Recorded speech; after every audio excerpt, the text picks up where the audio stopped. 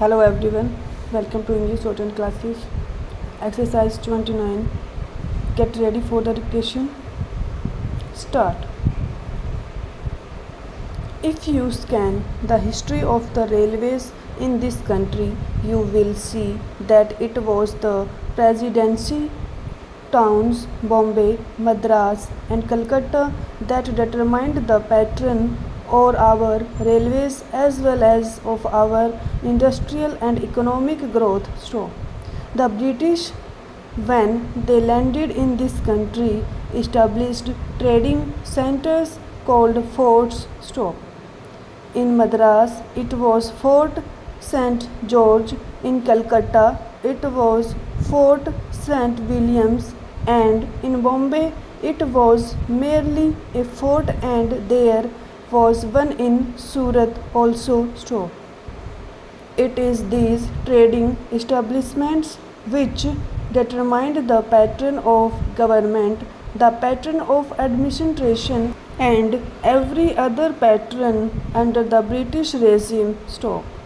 They constructed the railways, they established the industries, they located their armies with reference to these three presidency towns. This idea of the presidency towns determining the pattern of our social structure, industrial advancement, and the system of our railways still persists. That is the mental lag that is hampering the vision of the Planning Commission, the Railway Board, and the Railway Ministry. Sir, once I happened to travel from London to Rome by train. Another time I had to travel from Moscow to Leningrad by train. Nowhere did I find on the continent of Europe lines of varying breadth. It is all a uniform gauge. So is it in Russia? It may be 6 feet there. In America, in every industrial advanced country, you find that the gauge is uniform. This very country which ruled us, namely the United Kingdom, had inside its border a uniform gauge, but they inflicted three systems of gauge on India. They thought that that would perpetuate what is called their domination, or in the negative sense that it would impede the industrial and economic growth of India. Secondly, it would make India always the customer and purchaser of lines and locomotives and rolling stock from the United Kingdom.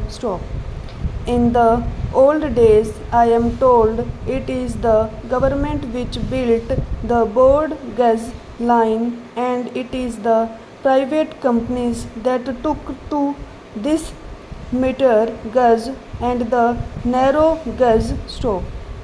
Though they may not have had the distinction of private and public sector in view, then it now appears that what the so-called public sector then did has been good, and what the private sector then did has been to our disadvantage.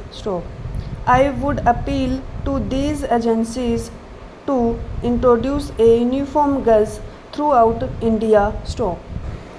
In this connection, it will be interesting to note the talk of the Honorable Railway Minister about the schools, primary schools, higher secondary schools, and high schools for the Indian Railways.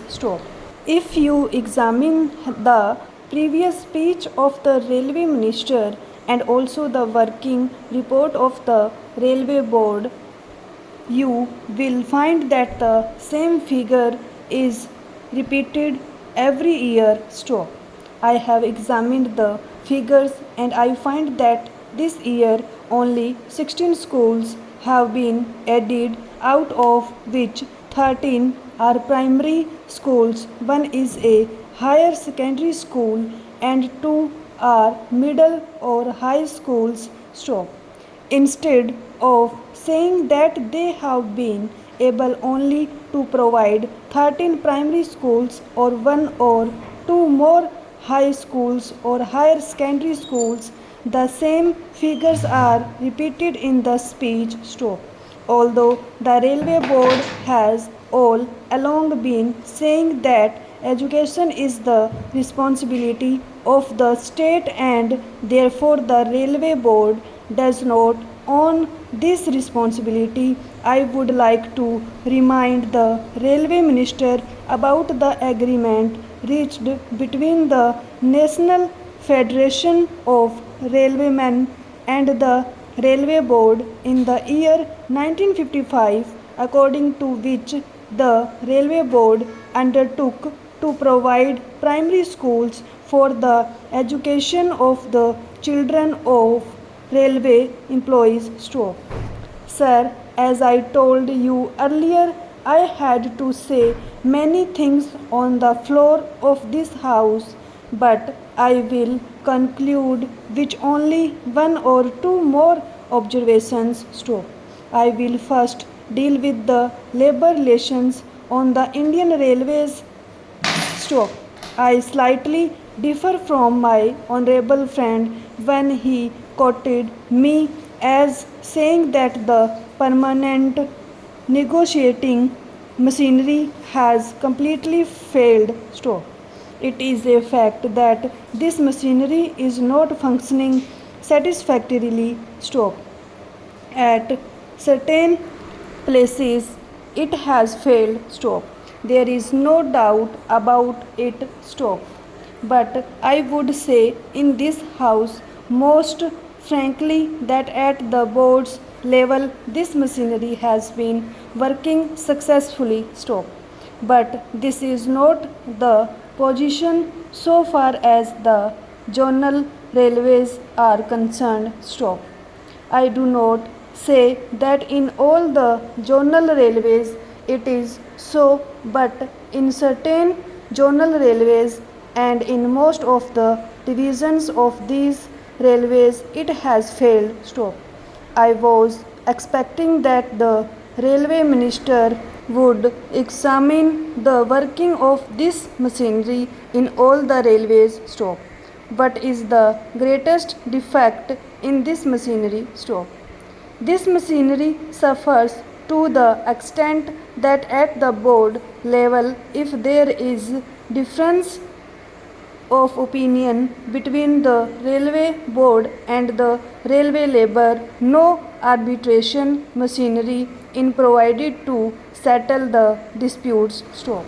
The provision in this machinery is that as and when an occasion arises, an ad hoc tribunal would be set up by government. Stop.